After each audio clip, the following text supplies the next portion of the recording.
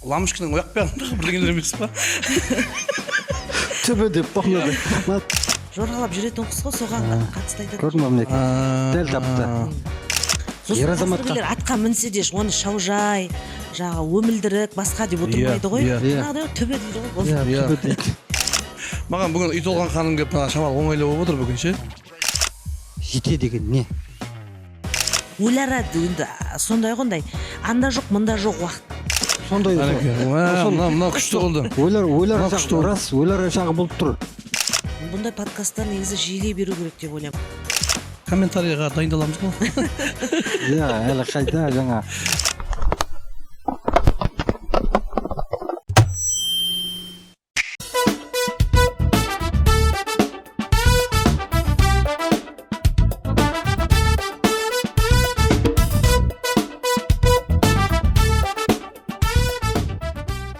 Құрметті Анағы Тағзым орталығы YouTube арнасының көрермендері, бүгін бізде тұсаукесер Шырағдам подкасты. Ұлттың әкесі тарих, анасы тіл.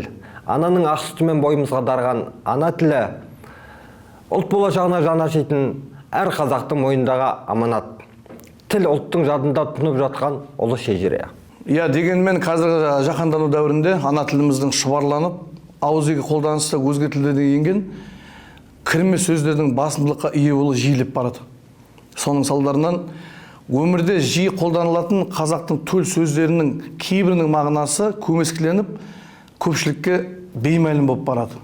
Осыған орай Анағы Тағзым орталығының ана тілі клубы қоғамдағы өзекті мәселені назарға ала отырып, ана тілдің байлығын дәріптеуді мақсат еткен интеллектуалдық танымдық бағыттағы Шырағдам подкастын қолға алып отыр.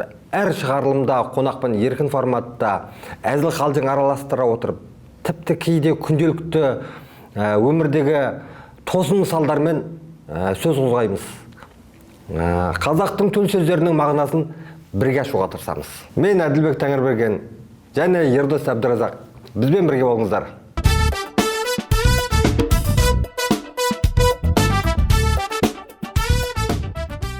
Бүгін бізде алғашқы түсірілім және алғашқы қонақ өңірімізге, елімізге белгілі журналист, тіл жанашыры үй толған Жәреке. Қош келдіңіз. Сәлеметсіздер. Енді айтып өткендей, жалпы подкасттың мақсаты деп, мынау сөздер ғой. Біздің күнделікті өмірімізде қолданып жүрген осы біздің сөздердің жалпы мағынасы. Мысалға. Соның енді бірінші деп бастап кете салайық, сұрақтан бастап кетейік. Иә. Осы мына баяғы апаларымыз айтып жататын еді ғой, үйге кірген кезде, ой, мына бір бөлме самаладай жарық екен. Ой, бір анау баяғы колхоздың кезіндегі ана басқарманың үйінде жаңа ондық шам, ой, үйіне барсаң самаладай жап жарық екен деп жаңа кемпір шалдар айтып отыратын баяғы. Осы самала деген сөз не деп ойлайсың, мысалға? Не деп ойлайсыздар? Самала. Самал жел деген бар мысалға. Түбір дейсің ғой. Түбір, иә. Самала. Дай деп тұр ғой жалға. Самала. Самала. Самаладай деп тұр ғой, енді бейнелеп айтып тұр былайынша самала. Самаладай болғанда енді самал желдей деген сөзі бар тұғын. Менің миымда. Жоқ. Жалпы енді самала деген бір нәрсенің жарқырағанын, жап-жарық тұр ғой енді. Сол жарық екендігін көрсетіп тұр. Самала деген бұл зат, кәдімгі қолға ұстайтын зат. Ал енше. Сондай екен. Самала деген зат. Іздей келе мен осының түбінде жеттім, арғы түбінде қазып барып. Қараңыз, сен оны білуге тиіссің ғой да. Сен мен оны білмесек ят қой. Самала. Ол зат болса, значит, ол ламышканың ояқ жағындағы бірдеңелер емес па? Түбі деп бағынады. Мынандай жерінде түбі. Басқаша бір патронның аты емес па? Патронның қазақша атауы деген деп отырыз дейсің да? Ондай емес. Самала. Самала. Бұл жақта енді жалпы диалект сөз ретінде де болуы мүмкін, өйткені ол біздің арал жақта қолданатын сөз ғой. Негізі самала деген сөз. Жалпы енді мен бұны зерттей келе, мен де дәл осы ойлағам. Бұл диалект сөз жаңа низат деп, мына батыс жақта айтып жатады, бұл жақта түсінбей жатады. Сондай шығар десем, жоқ. Бұл кәдімгі жалпыға ортақ деген. Жалпыға ортақ, мына ауыз әдебиетте, мына кәдімгі кітаптарда бар. Сөйтсек бұл кәдімгі қазақтың өзінің төл сөзі, анау бірнеше ғасырдан бері келе жатқан сөз екен. Оны кәдімгі жарайды, мен жақындатайын. Жаугершілікте қолданған. Жаугершілік мына соғыста қолданған. Бұл онда ше немес па? анау ол кезде енді свет жоқ қой, лампочка жоқ, ол кезде андай фонарь жоқ. Шоқпардың басында жанып тұратын емес па ол? Алып шығатын еді ғой андай жағып ше. Жарықта пещераның ішінде жүреді ғой кино. Қайсы жаңа мен Факел дейді. сен Нью-Йорктағаны көрсетіп тұрған ескерткішке. жоқ бұл Факел. негізі ау құралы емес па самала деген? Сондай емес екен. Жарайды, мына келе жатыр. Бұл самала деген баяғы жаугершілік заманда мынау екі жақ, мынау түнемелік екі жақ келіп тұрған кезде мынау самала дейді. Мынау басына шүберек байланып май сіңдірілген Сол ғой иә. келдек ағаш екен. Келдек дейді ғой, осындай ғана Ол келдек ағаш. самала деген бірақ Соны- аудың да аты бар. Иә. Енді осыны бар емес па, былай екен. Мына екі қолына екеуін ұстап шығады екен түнде жарық қылып. Сол кезде мыналардың әскері көп екен, мынау қолы көп екен деп сол сескендіреді екен. Бір әскерін көп қылып көрсету үшін де сөйтіп екі қолына екеуден ұстап алып шығып жарық қылады екен. Кәдімгі қарсы келіп тұрған уақытта екі беттен. Екеуі басында Осының атын самала деп атапты. Анау кәдімгі сол бірнеше ғасырдан бері келе жатқан сөз ғой соны. Қазақтың жалпы амонимдер дейді ғой. Иә. Бір сөз бірнеше мағына береді. Иә, бірнеше мағына Аудың да аты береді. бар самала деген негізі. Мінекей көрдіңіз ба? балық аулайтын аудың ба? Алыншы. Көрдіңіз ба? Ол да жарық бере ме екен? Иә, ол да жарқырап тұратын Анекей. сондай өзінің бір несі бар. Көрдің бе? Бар, Осы түбірін соған әкеліп тұр ғой иә, жаңағы. түбіріне бір-біріне ұқсатып осы теңеу арқылы әкеле берген ғой, көрдіңіз бе? Мінекей. Қазақтың сөзі. Мінекей. шырайлы біз дейтіні, иә, бай дейтіні. иә, біз мына Енді өмірде- бірінші подкаст болғаннан кейін біз енді үй толған ханымға бірінші сұрағымыз шамалы жеңілдетіп. иә, Енді екіншісін айтпай сияқтысыз. Екіншісінде қинайтын сияқтысыз. Мен былай болып тұр енді. Біріншісінде жалпы қинағым келіп отқан жоқ. Оның үстінде қыз бала ғой. Иә. Бізге ертең өзіміз қатарлы жігіттер келеді, сол кезде салмақ саламыз енді. Шамалы. Тағы бір сұрақ. Так. Қазақта мынадай бір сөз бар. Алдында құрдай жорғалатыпты дейтін. Құрдай жорғалап кетті дейтін. Құрдай, иә. Құрдай жорғалап кетті дейді. Бұл не? Құрдай жорғалап кетті. Не деп ойлайсыздар? Енді ол Құр ма құр әлде- сөзінің де құр бірнеше деп- мағынасы бар. Құр құр сөзінде бір Мысалы құстың аты. құралақан деген Жоқ, сияқты. ол құстың аты біріншіден. Екіншіден бір ана резинке материалдар болады ғой, құр. Оны да құр деп айтады. Иә, оны да құр деп айтамыз, иә. Құры деп айтамыз. Құры деген басқа екен. Құр деген Енді ана құр ұшпайды, не жорғалап жүретін құс қой, соған қатысты айтады. Көрдің бе мінекей? Дәл тапты. Құрдай жорғалап дейтін мына ол құр жалпы мына таулы орман жерлерде соны мекендейтін тауық тұқымдас құс екен. Тауық тұқымдас. Кәдімгі жүргенде өстіп былай жүгіреді екен. Кәдімгі соны жорғалайды дейді. Сондай жорғалап дейді. Кеше бір неде көрдім ау деймін Инстаграмда ше. Инстаграмда бұның орысша атауы ұмытып қалып отырмын. Қатты жүгіреді ана жүгірген кезде де. Анау иттердің жете алмай жатыр ғой ана кәдімгідей жүгіргеніне ше. Көбінесе ұшпайды ол, бірыңғай тек жүгіріп отыратын құс екен. Енді ол жаратылысында ұшпаған Сол ғой енді. оған сондай бір артықшылықтар беріледі ғой. Енді ана қазақта сөз бар Қорғану емес үшін. па? Сосын асығатта жүреді кәдімгідей жаңағы. Тауықта өзінше құспын дейді, қанаты қақса ұштым дейді деген сөз бар емес па? Сондай ғой енді. Ұша алатыны бар, ұша алмайтыны бар құстың да. Сол ғой. Келесі сұраққа өтейік. Так. Келесі сұрақ. Келесі сұрағымыз. Былай дейді. Бір шаужайыма жармасып қалмады дейді. Шаужайма. Шаужайыма жармасып қалмады дейді. Шалғай емес. Шалғай емес па? Шалғай Шалғай емес. етек қой. Шалғай емес. Сонымен шатастырып алма деп жатқаным ғой. Шаужайыма жармасып қалмады. Иә, енді. Ал. Ол өте жиі қолданылатын сөз. Иә, ғой, жиі шаужай сөзі. қолданылады. Иә. Не деп ойлайсыздар? Досыма телефон шаламын, үй толған ханымға десең. Шаужай. Енді Шаужай бұрын ма? кез келген хабар бәрін атпен келіп солай айтқан ғой. Кейде өкпелеп кетуде солай болған. Сондай кезде жаңа аттың шылбырына жармасып, сауға сұрау, кешірім сұрау. Иә. Сондай жағдайлар болған енді. Содан туындаған сөз сияқты маған. Шаужай сөзі енді Жақындап келе жатыр. Енді дәл қай жер екенін білмеймін, бірақ сол ат әбзелдерінің бір бөлігі. Ояқ жағында Жерде сен енді ер азамат ретінде енді осыны ойды аяқтай енді түйіндеп жеткіз енді. Шаужай деген Үй толған енді апарып беріп тұр. Әкеліп беріп тұр ғой маған. Әкеліп беріп тұр. Енді ол осыны талабым армаға. мысалға мен енді қазір осы кезде ойлап отырмын иә. Жаңағыдай бір ренжіп кетіп қалған жағдайда. Керуге сіз кетіп қаласыз ғой, өстіп бұрылмай керуге маған ренжіп. Сол кезде сол шаужайыңыз қаяқта екен? Сол кезде шаужайына. Шаужай енді ол ше не болса да жылқының жаңа әбзелдерінің болып тұрғанда ол ауыздық емес, ол жаңағы үзеңгі емес, шаужай болғанда да. Енді ол шылбыр, тізгін, сол маңайлар негізі. Иә, сол маңай. Ер тоқымның ояқ жағында шаужай деген анау жерлерінде емес. Аттың, иә. Ердің бүйтіп келіп тұрған жердің атын не деп айтатын еді? Жоқ ол жер. Ердің бүйтіп. Ол жер емес. Ол жер емес па? Онда арт жағы. Жоқ, бірақ әйтеуір жобалаймын. Мен айттым ғой, жақында апарып беріп тұр мінекей. Үй толған. Енді ана мысалға шынымен де жаңағы шылбыр деп апарып беріп тұр енді. Сол жерде қай жер? Мен сен ер азамат боласың, салмақты саған салып отырмын. Мынау жауапты түбіне дейін жетеді. Менде мынандай нәрсе бар да, Инстаграмда бір парақшада бір кісі бар.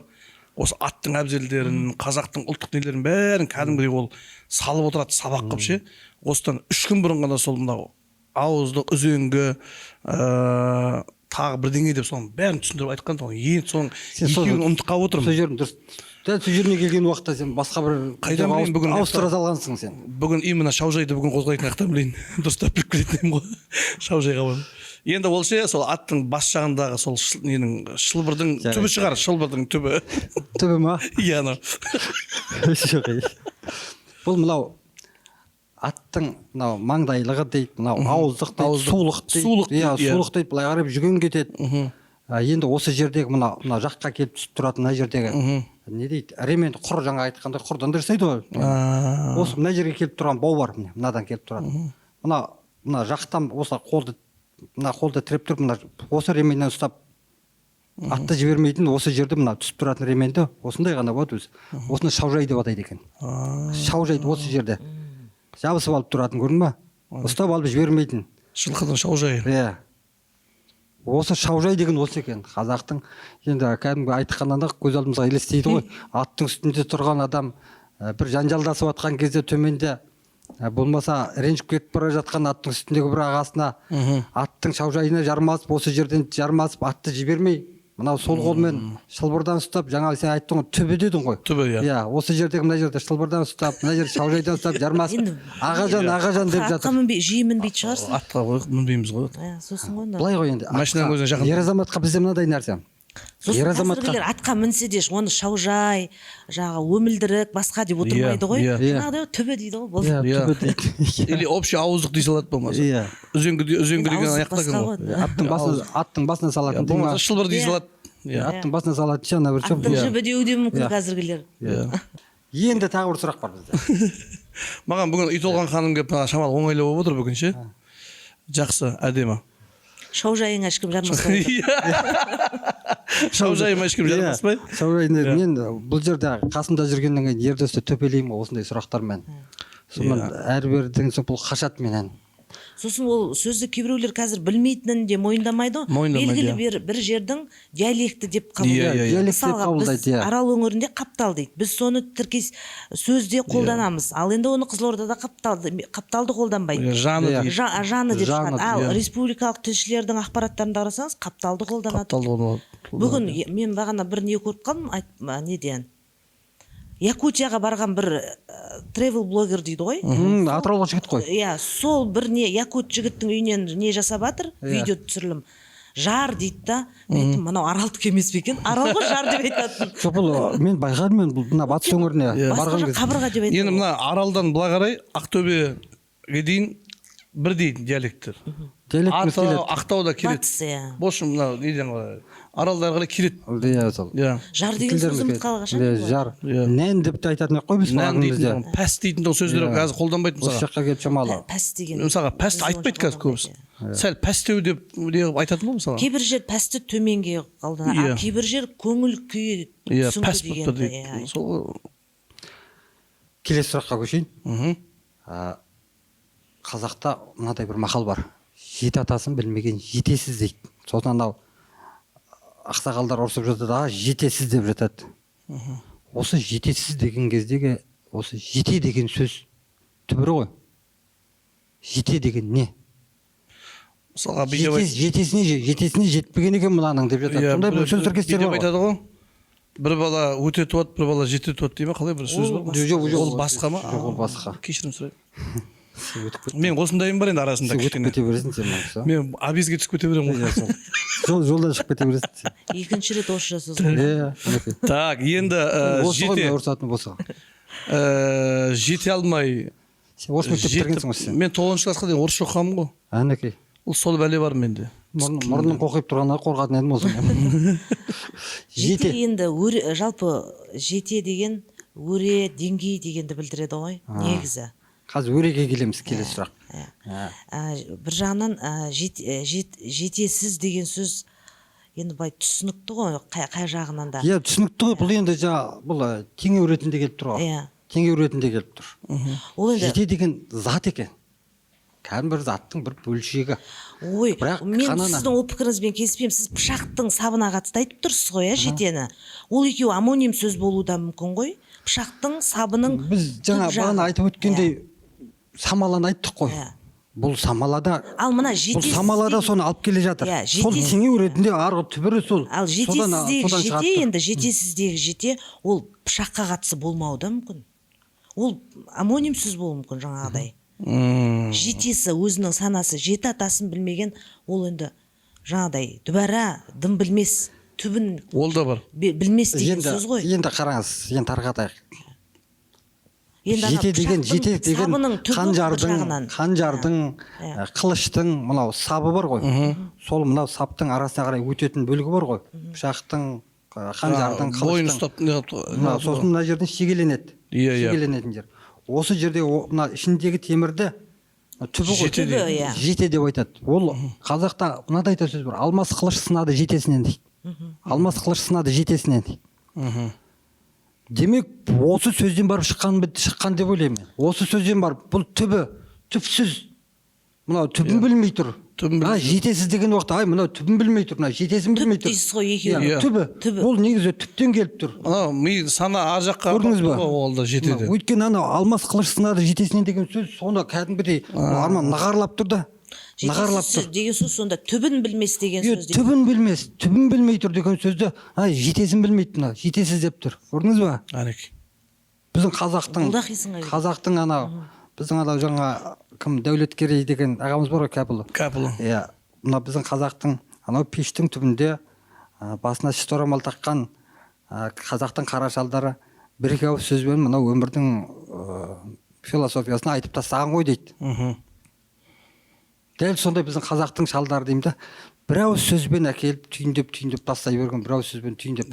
Дәл жаңағы анау түбі деген нәрсені әкелді де соны жетені алып келді, түбі қылып алдымызға әкеліп қоя қойды. Жеті атасын білмеген жетесіз дейді. Алмас қылыш сынады жетесінен. Себебі көрдіңіз ба? Ол қисынға да келеді бір жағынан, өйткені жеті атасын білмеген жетесі енді.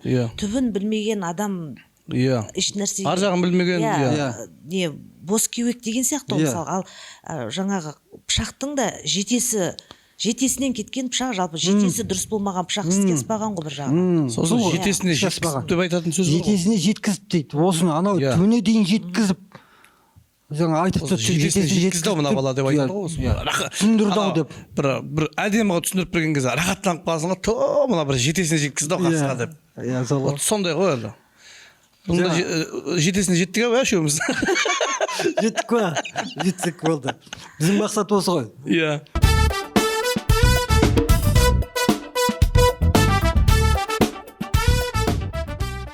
Қазір WhatsApp'та қарасаң, любой жазады ғой. Жазғанның өзінде де не деп жазады. Не істеп жатсың деген сөз. Барлығы қысқарып кетті ғой. Иә. Таңдай алмайтын болдық. Үйде мына бала шағама соны істеп жатырмын да.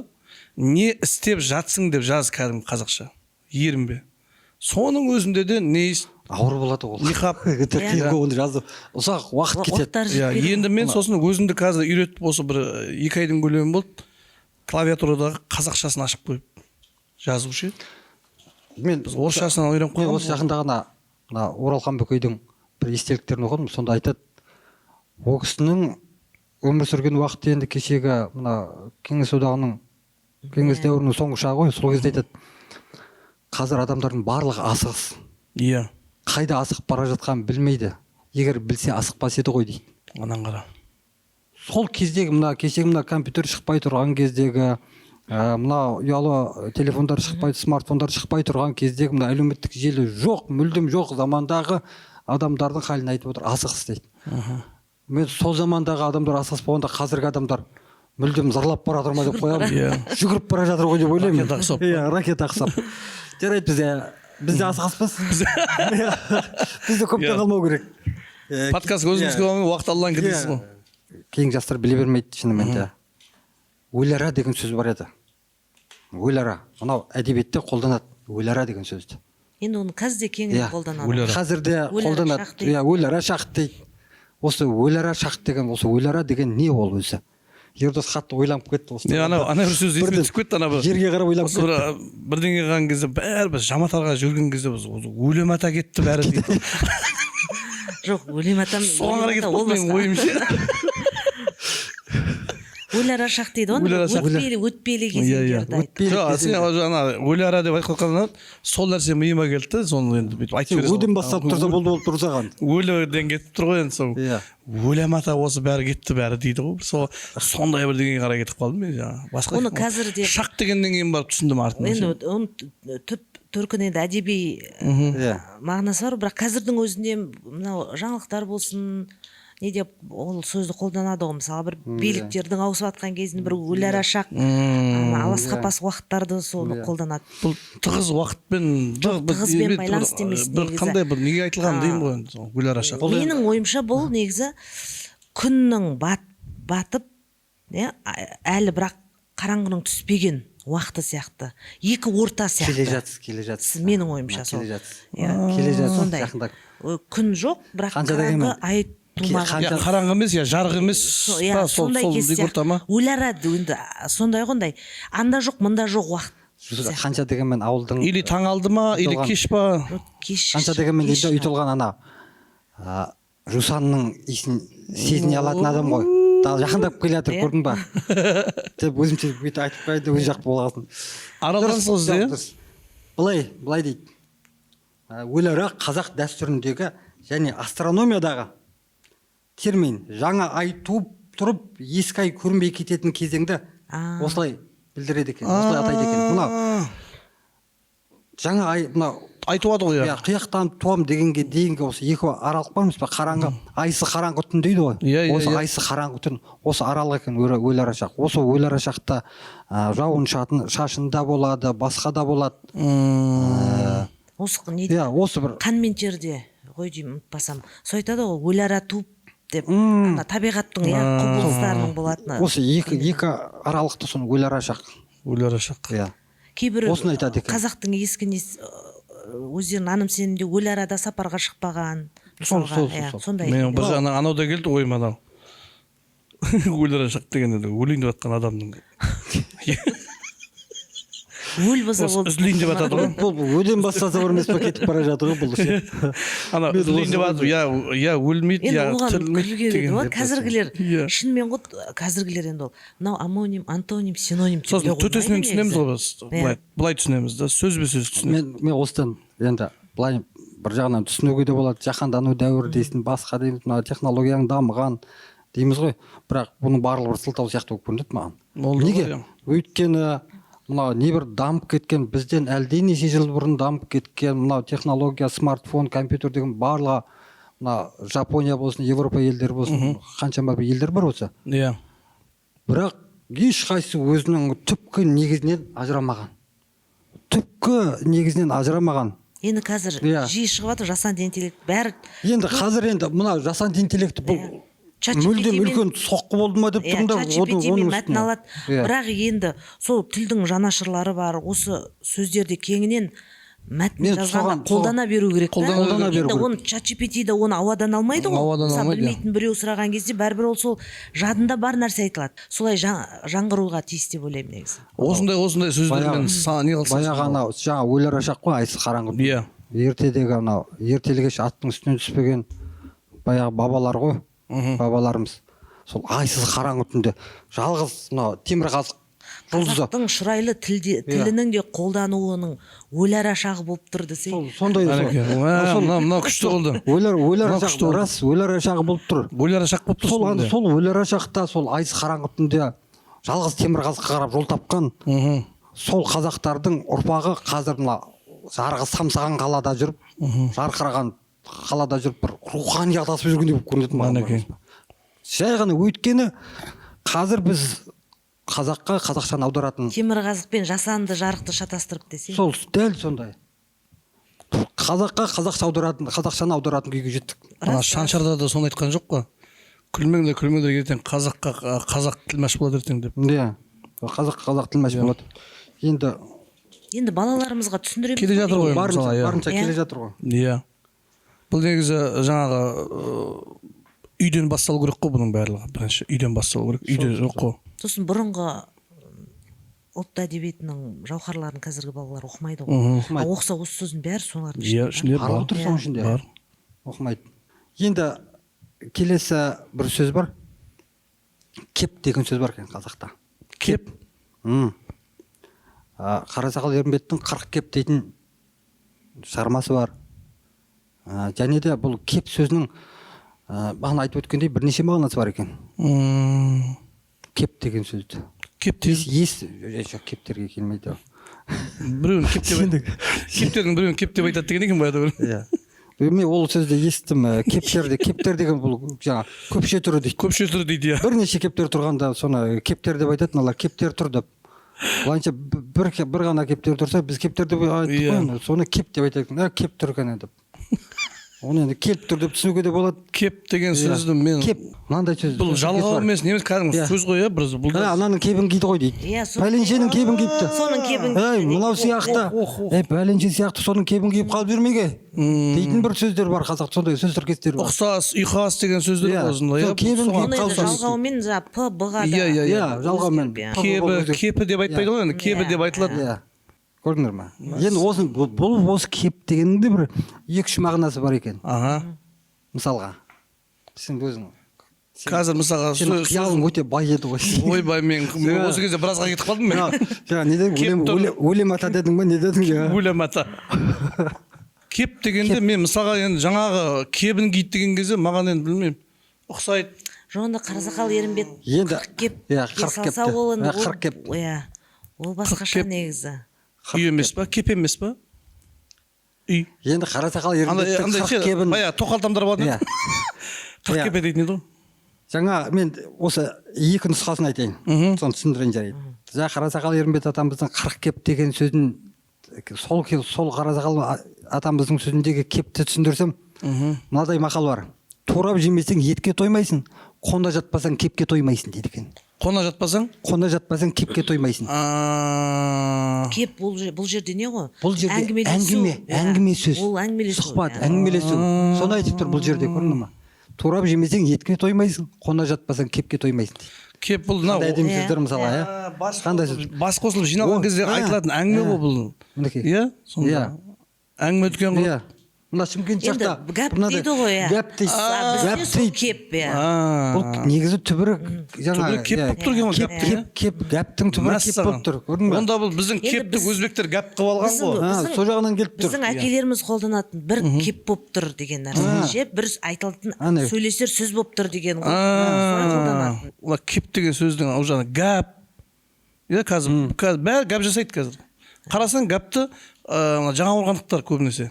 Жоқ, ол гәп басқа енді. Жоқ, енді гәп. Олар да жиналғанда әңгіме айтады ғой, гәп қой енді ол. Соны айтып тұр деп ойлаймын сол. Иә, олар сол кептен алып келіп тұр. Осында кепке келіп тұр, значит. Иә. Оларға мен ертең айтамын, сен гәп деп айтпаңдар, кеп деп айтыңдар. Кеп деп айтыңдар. Иә, гәп деп өзбек әкелер айтады деп. Иә, біздің тілді бұзбайды деп сен барып айт, ескертіп айт. Кеп деген сөз шыққан екен. Соны ертеңнен қалдырмасаң. Мен ертең барып айтамын. Ал енді жаңағы соны пәленшен кебін киіп қалып жүрмейді деген сөз. Бұны айтатын болсақ, бұл таз кепеш деген сөз естідіңіздер ме? Ай, таз кепеш деп. Яғни басында таз кепешін шешші дейтін. Бұл мынау шаш өспей қалатын заңдылық қой енді, табиғи нәрсе.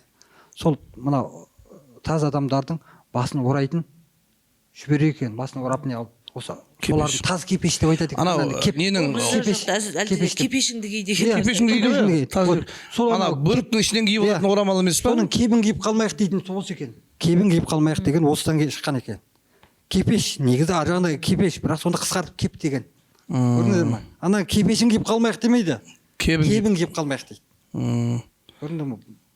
Кеп деген бір сөздің өзін менің шешем ұрсады ана кебініңді ки, ана кебініңді ки. Ой, кебін басқа ма ол? ол басқа. Мен басқа жаққа кетіп қалдым ба? Ауырлап кете бересің сен, ше. Үнемі ауырлап кете бересің. Келесі подкастқа қатыспаймын ғой мен. Кебін басқа, кеп басқа ғой. Бөлек. Мысалға тағы бір сөз бар, былай дейді. Сөз мірдің оғында екен дейді. Мірдің оғында екен дейді. бір тауып айтқан сөздерді айтады ғой онда. Сөзді бір кесіп айтқан сөзді. Сосын нүктесіне жаңа бағана айтқанда жетесіне жеткізіп дедің ғой. Иә, жетесіне жеткізіп тұрып мірдің оғында екен. Мірдің оғында екен дейді. Сөзі нық дейді ғой мысалы. Сөзі мірдің оғында екен дейді. Мір деген. бұл жерде мір зат болып тұр ғой бір. Және ол неге байланысты болып тұр? Қару, құрал сайманға қатысты. Мылтық қой енді мір деген. Мірдің оғы дейді. Оғы бар нәрсе енді. Оғы бар нәрсе оғанда. Басы бастаса болды жаңа. Өден басталғанның өзі басқа бұл мыдан басталып мылтық болып кетті. Ладно, пистолет дейікші кішкенде. Мір болғаннан кейін мірдің оғында. Енді қаруға байланысты нәрсе ғой. Ескі сөз ғой. Ол кезде пистолет болмаған. Болмаған шығар енді. Мірдің оғы деген енді мір. Садақ шығар мүмкін. Садақтың мынау біз шамалы талқыламай бірде жауын айтып қояды екенсіз. Басқаша түрі садақтың. Садақ болғанда садақтың да түрі бар ғой. Түрі болған. Жай ғана ауылдан да не істейтін ек қой? Рогатка демеш? Сыммен атады, сымға істейтін жеді. Басына адыраспанның жаңа дәнін салып. Басынандай ше? Арбалет емес па? Негізі арбалетке келеді де. Арбалет емес па? Келмей ма? Арбалетке келмейді ол. Атамыз қазақ арбалет ұстамаған. Енді кейін енді сіздер ана Робин Гудтың киносын көргенсіздер ау. Кейін енді терминдер шыққан ғой. Негізі менің ойымша садақ мірдің оғындай дейді. Барып дөп тиетін. Сосын жаңағы мына басқа садақтарға қарағанда бұның бір шамалы нелері атнет жаңағы дополнительный бірдеңелер бар, бірдеңе болып тұр ғой. Дүзу ұшатын ше, ол оғы бар ғой еще. Сондай бірдеңе болып тұр ғой. Ол садақтан бөлек дегеннен кейін, значит ол садаққа ұқсамайтын басқа бір қару болып тұр ғой. Жоқ, менің ойымша садақ мірдің оғы. Атқан жерін қиыс кетпейтін. Мірдің оғындай. Енді қарашы, мысалы осы кезде осы сөзді ақылдасып отырмыз, иә. Сол сөзді айтамыз ғой біз, мына сөз мірдің оғында. Просто біз біреуден естідік та, қай кезде айтылу керек екенін. Кітаптан оқыдық. Қай жерінде қалай айтылу керек. Жалпы мағынасын білеміз ғой. Қате қолданбаймыз, дәл сол жерге қолданатынын білеміз. Шығу төркіні ғой енді. Ал енді мір деген сөздің біз несін таппай отырмыз да. Мысалға соны қолданып жүрміз. Мірдің оғысы сөзі мірде екен. Иә. Сөзі мірде. Мірдің оғында екен. Әділбек өзің айт енді. Бұл кәдімгі садақтың алысқа әрі түзу атылатын түрі екен. Алысқа ұшатын. Түзу атылатын түрі мына едіге дастанды айтпай ма? Анау Қабан тиын қалмақтың ауылына келіп тұрып, жылқышы болып келіп тұратын едігенің сол кездегі анау садағымды алып кеш деген кезде анау үйге барып келіп садағын сұрап жатыр батыр деп қағазға жолатын қыз қағазға, Тоқтамыс ханның қызы қағазға жолып, сол кезде садақты алып келген кезде Қабан тиын қалмақ тас қатқан кезде тасқа жартысына дейін кіріп тұрып қалыпты дейді оғы. Ойба. Сол кезде едіге тұрып сен көр деп соған берген кезде едіге тартқан кезде жарып өтіп кетіпті дейді. Сол кезде анау ішінен күмәнданып қалады бұл тегін адам емес қой деп. Сол кездегі сол садақтар сол нағыз мір деген садақтар сол шығар деп ойлаймын. Мірдің оғындай дейтін сол. Оғы да осал болмай тұр ғой. Оғы садақтың өзіне сай болатындай. Әйтпесе оған былай ғана былайынша оқ сала бермейді ғой. Қозы жауырын көктей өтсе көк сауытты деп батырлар жырында келетін сөздер бар ғой. Сол оқтың аты қозы жауырын көбейіп мірдің оғындай дегенге баяғы пушкілер анау қызыл әскер армиясындағы ше от тигізіп жүріп ат жүретін сондайлар кетіп қалдым мен. Әйтеуір оқ болса болды. Иә, оқ ана домалақ болып ұшады, сол тура барады деген. Маған ми кетіп жатыр ғой жан жақтан ше. Ол садақ емес дедің, сен садаққа енді сосын кеттің ғой қызыл әскер армиясына қарай. Жалпы біздің енді өйтіп алған біздің айтайын дегеніміз негізгі түсінген шығарсың. Осы қазақтың күнделікті қолданып жүрген сөздеріміз осы. Осыны біз қазір талқылап бір мәнін ашып алсақ әйтеуір бізді көрген көрерменге кішкентай де болса ой сала алсақ Иә, күнделікті қолданады. Мына мән бар ғой, енді мән бермейді. осыны қолданып жүрген сөзінің мағынасын білсе екен кішкене болса да деген бір не ғой жаңағы ой ғой бізде. Иә, түсініктім. Жалпы жаңағыдай ғой, енді күнделікті қолданамыз, бірақ оның түп төркініне мән бермейміз. Және ол бізге әдет болып кеткесінде. Иә. Сол. Біз ары қарай қарамаймыз да, бірақ әйтеуір осы жерге келетін сөз екен білесің да. Бұл кімге керек? Бұл кейінгі біздің кітап оқымайтын ұрпаққа керек. Дұрыс айтасыз. Мысалы, олар қазір астарлап сөйлеу, қазақ тұспалдап сөйлеу, бейнелеп сөйлеу дегендерді қазіргі балалар білмейді. Иә. Олардың жаңағыдай тіл байлықтарының да шектеліп жатқаны сол. Өйткені біздің тіліміз бай ғой, жаңағыдай кез келген нәрсені бірден айтпаған, бірден айтатын, астарлап көңілге тимей алыстан тұспалдап жеткізгенбіз, жұмбақтап жеткізгенбіз. Баяғыда біздің бала кезімізде біз неге жұмбақ оқимыз, неге біз анау сөз тапқанға қолға жоқты оқимыз? Өйткені сөз боз кітап бар еді, кішкентай. Сол кітап менде әлі бар. Сол арқылы соның ішінің бәрінде шешен билердің айтқанын, олардың астарлап жеткізгенін, бірін-бірі жеңгенін, сөзден ұстағанын. Сол ғой. Енді қазіргі балалар оны оқымайды ғой. Оқымағаннан кейін олар тек бір сөйлем, сөздің бір ғана мағынасын айтып жатады. Бұның барлығы кәдімгі бір кейде маған бір қауіпті құбылыс сияқты болып көрінеді. Өйткені неге жастардың сондай бейғамдыққа салынып бара жатқаны, өйткені жаңа елдің ертеңі болашақ осы жастар дейтін болсақ, ойлайсың ғой, яғында үйдегі анау көшедегі емес, біреудің баласы үйдегі өзіңнің балаңа қарайсың ғой, отбасынан басталады деп, өзіңнің балаңа қарап, ертең мыналар қалай болады екен дейміз ғой. Дәл сондай ақ сол масштабты арма қарай масштабын үлкейтсек, деңгейін үлкейтсек, бұл қазақтың барлық баласы көрінеді ғой. Сол кезде жоғалса ұлт жоғалады деген былай бір пафосты болып, көп айтылып, бір жаттанды сөз болып көрінуі мүмкін. Шын мәнінде тіл жоғалса ұлт жоғалады. Бірақ тіл бірден жоғалмайды ғой. Жоғалу деген осы ғой. Осы процесс. Бір процесс қой. Бір процесс. Бір ұлттың, бір тілдің, ұлттың пайда болуына бір 500 жыл кетеді дегенде, жоғалуына да 500 жыл кетеді екен дейді. Осындай бір деректер бар. Мысалға, түбегейлі жоғалып кетемін дегенге дейін ең бірінші олардың зиялы қауымдары таусылған кезде, сол кезде ұлт өлді дейді екен. Жойылады. Бірақ өмір сүріп жатыр. Бірақ олардың бас көтеріп, ұлттың жоғын жоқтайтын, тілін жоқтайтын, салт дәстүрін, жалпы құндылығын, түпкі негізін жоқтайтын адамдар таусылған кезде, сол кезде ол ұлт өлді деп айтады екен. Осы әр подкасттың соңында бір ақпарат ретінде болсын, кішкентай ғана бір мақала оқып жүрейін. Мұхтар Мағауин: апа, қазақ туған анасын апа деп атайтын. Күні кешеге дейін қазір жаппай мама болды. Қазақтың байырғы және бүгінгіде тілінде маманың негізгі мағынасы емшек, және жай ғана емшек емес, сүті мөлдек деген ырысты емшек. Мен сәби мейірімді ана құшағында, ақ мамасын сүйемін құшамында деп жазған Сұлтанмахмұт. Сұлтанмахмұт Торайғыров айтып тұр. Сүтті берекелі ақ беретін үлкен бие мама бие, сиыр мама сиыр. Сөйтіп ел жұрттың орнында тұрғанда апа атауы архаизмге айналды. Бүгінгі баланың анасы мама болып шықты. Ұлттық бейнеден айырылудың әдеткі ең жеңіл көрінетін бір ғана куәлігі. Менің өзімнің 6 балам туған шешелерін апа деп атап келеді.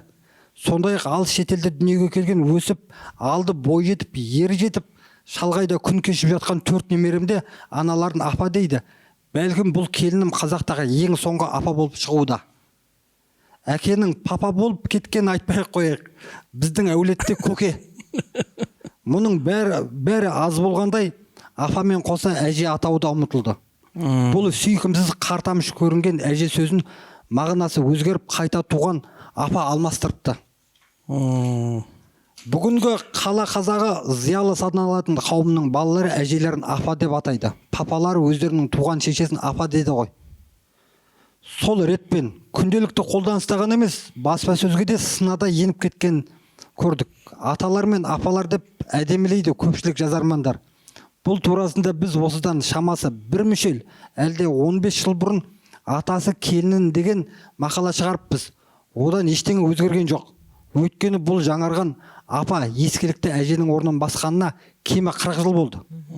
Мәселен, біздің болезнь Боткина деген әңгімемізде көке мен апа бар еді. Папа мен мама ғой. Көпшілік журналда көркемделіп шыққанда денсаулығы тексерілмек кішкентай қыздың қасында жас жігіт пен кимешекті кемпірдің суреті тұр. Яғни папа мен бабушка. Бұл 1988 жыл еді. Одан бері қаншама заман өтті. Бүгінгі қазақ әйелі егде тартқан, немерелі болған кезінде әже атанғысы келмейді. Қартайып кеміп қалатындай. Әлдекім күмән келтірмес үшін тағы да өзімді көтеретін, бәлкім жаңаға жат, кер тартпа қылып көрсететін куәлік айтайын. Біздің бәйбіше 42 жасында әже болдым деп мақтанып еді. Құдайға шүкір, бүгінде қатарынан өсіп, өніп, жетіліп жатқан немерелердің қарасына тәубе сол 40 деген қасиетті санның бел ортасынан асты. Әзірге санаулы шөберелерді қоспағанда осылардың бәрі үлкені де кішісі де әжелеп тұрады. Сонымен қазіргі бала халықаралық мамадан айырылмайды, бірақ бабушка апа емес, әже екенін білуге тиіс. Тым құрса біздің жазарман қауым табиғи әрі ежелгі атауды бұрмаламай орнымен қолданса дейміз дейді. Мұхтар ағамыз. Қала қазақтарының өмір салттарынан алынған шығар, ауылда әлі әже. Мен мысалға сөзіңізді Бұл ойлаймын. енді мама деген сөзге қарсы шығып тұрған. Мен әкемді көке деп айтамыз біз. Әкемізді көке дейміз. Шешемізді апа дейміз. Біздің менің де әкем өзінің әкесін көке деген. Бірақ енді біз папа деп өстік. Папа мен мысалға. Мен үйленгеннен кейін атам мен енемді папа деп, мама деп зорға үйрендім мен. Ұялғанымдан үйрендім. Мама дейміз енді енемізді. Менің жолдасым енесін мама демейді, апа дейді. Апа дей ма? Енді сәлем бердік, мама деймін. Балдар енелеріңді мама дейсіңдер? Білмеймін ғой, сол мамышка деймін, енем деймін мен көбінесе. Аллаха енем келді деп еркелетем. Сен не дейсің енеңді? Мен апа деймін. Иә, дұрыс, апа деймін. Мама деген сөзді біз айтып көрмегенбіз ғой. Мама дегенді баяғы ауылда баяғы кішкентай телевизордан жауып плоскоппен бұрайтын едік қой былай. Сол телевизорда кинолардан көретін едік қой. Мам, пап деп атқандар орыстың киноларынан, Москва деген каналдан. Бүгін одан кейін біз көрген жоқ па? Отбасының чатына бүгін жиналыс жасаймын ғой. Менің шешемнің 3 баласы бар. Екеуі апа дейді, кішкентай енді мама дейді. Екеуін өзі апа деп айт деп үйреткізген үлкен екеуін. Кішкентайлары мама деп. Негізі сол дұрыс, көке апа деген. Біз енді көке апа деп өстік. Мінекей көрдіңіздер ме? Сосын мынандай нәрсе бар ғой. Аға деп айтқызамын дейсің, менің жолдасым қайнатасын аға деп айтады. Бізге папа дегізген біздің әке-шешелеріміз енді сол советтік дәуірдің жастары ғой. Ал қазіргі жастардың көбісі жаңадай анашым дейді, әкешім дейді. Әке, ана деп айтқызады. Мен көп орталарда білем байқаймын. Өзімізбен тұстастар, бізден жастар былайынша. Жалпы біздің айтайын дегеніміз осы еді. Жалпы жаңағы біздің қазақтың сөздерінен бөлек, жалпы бұл да туыстық атаулар. Бұл да, мен ойлаймын, бұл да қоғамдағы бір басты мәселе. Болашақта бұл біздің ұлттық бейнемізді жоғалтпайтын, бұл да бір керекті нәрсе. Сосын бұндай подкасттар негізі жиілей беру керек деп ойлаймын. Өйткені біздің үшеуміздің арамызда талқыланып отырғанмен бұл тек басы ғой. Бұл жерде тек бұл айтылды. Үлкен талқылау сіздер ертең анаға тағзым парақшасына саласыздар. Қазір қай нәрсені де желіден жұтып жатыр ғой. Сол жерде талқыланады. Біздің уәжімізге біреу қарсы айтуы мүмкін. Мысалға кейбір өзім замандастарым қарсы шығуы мүмкін. Неге ол енесін апа деу керек, мама деу керек деген сияқты ше. Үлкен талқылау сол жерде. Ертең құдай қаласа комментарийға дайындаламыз ғой. Әлі қайда жаңа жалпы әлеуметтік желіде бір нәрсе салынса соның ар жағында салып кетеді. Ең күштісі парақшаға салған кездегі күтетінің комментарий ғой қазір ше. Сосын мынадай ғой, мысалға келінім қызымдай болады дейді да. Қазақтың өзінің әр нәрсенің орны бар ғой. Келін ол ешқашанда қызындай болмайды. Сосын бұрын келін бәрібір енесін ене деп айтқан. Қазір мама деп алды. Ол нәрсе көп адамдардың бір-біріне деген құрметінде басқа көп нәрсені шатастырады. Қазір Инстаграмда енесімен подкаст андай түсіріп, прикол түсіріп сөйтіп кетті қазір. Бізде мысалға енем деп сөйлейтін. Қазір де менің әжелерім бар ғой аралда. Ол енем деп айтып отырады. Мамам деп айтып отырмайды. Шеше дейді. Жоқ, шеше абысын ғой. Шеше абысын айтады. Жоқ, сондай сөз айтып отырмын да, мысалы шеше, ене, абысын. Сондай әр нәрсе өз орнымен қолданылса, адамдар ол сол қарым-қатынаста да шатаспайды деп ойлаймын. Оның рас, мен өткенде бір естіп қалдым, бірнеше жерден естіп жүрмін. Осы бір сөзді естіген уақытта бір жыным келіп кетеді. Неғып біздің қазақ өзінің сөйлеп жүрген сөзіне неғып өзіне мән бермейді деп. Әкенің жақсы жездедей деген дейді. жоқ ол дұрыс Бұл емес қой. осы сөзді мен Иә. жай ғана біреулердің аузынан естіп жарайды. Осыны кәдімгі әлеуметтік желіде соны ол жездесіне қарап әкенің жақсы жезде Ол дейді қалай ғой. ол әкенің наоборот рөлін айту түсіреді. керек. мүмкін емес нәрсе ғой деймін де ол. жоқ ол әкенің рөлін түсіреді. Рөлін Ол түсіреді. сөздің негізі түп төркіні менің ойымша былай болу керек. Жақсы жезде әкеңдей болады. Иә. Солай болу керек. Осы негізі, нәрсе иә. шығар деп ойлаймын. Осы нәрсе шығар. Бірақ енді Жақсы жаңағы нәрсе жезде деген бір әкедей дейді. Иә. Мен солай түсінемін өз басым. әкеңдей болар дейтін шығар. Әкеңдей болар. Болар дейтін шығар. Иә. Енді Иә, әкең болар. болмайды ғой. Иә, болмайды ғой енді. Сондай болар дейтін шығар. Әкеңдей болар. Иә. Бірақ енді мен жаңағы сөзді бір емес бірнеше адамнан естіген уақытта кәдімгідей бір қарның ашып қалады. енді бір жезделерді көтермелеу Иә, көтерме. дұрыс қой. Соны айтқан шығар енді бір нәрсе. Онда да енді жаңағыдай жақсы әкедемия. Бәрібір ол жезде әке Иә, болмайды. жақсы жезде әкеңдей болар. Әкеңдей бола алмайды ғой, бірақ жеңге енді. жиылып ана болмас Иә, деген мысалға. дәл Дұрыс сондай. қой. Соның Ол- басқаша несі. Осы нәрсе, осы Иә. нәрсе. Жалпы енді біз бүгін біршама сөздерді талқыладық. Және туыстық атауларға кетіп қалдық. Мен жалпы негізінде бұл туыстық атауларды мысал ретінде ақпарат ретінде ғана тек оқып беремін дегенмін. Бұнда біз енді қызып кеттік қой, арманға жалғастырып Негізі кеттік. үшеуміздің басымыз қосылса күшті екен. Бұдан кейін де бас қосып тұрайық. Бас қосып тұрайық. Иә. Тек подкастта ғана емес. Подкастта ғана емес. Айтылатын әңгіме көп екен. Сізге көп рахмет. Бізге осындай осы қазақтың сөздерін біз мынау іздеу барысында осы сізге мынау атсалысқаныңызға көп рахмет.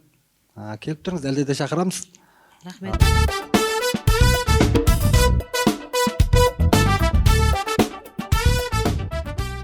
Құрметті көрермен, Шырағдан подкастының бүгінгі алғашқы түсірілімі өз мәресіне жетті.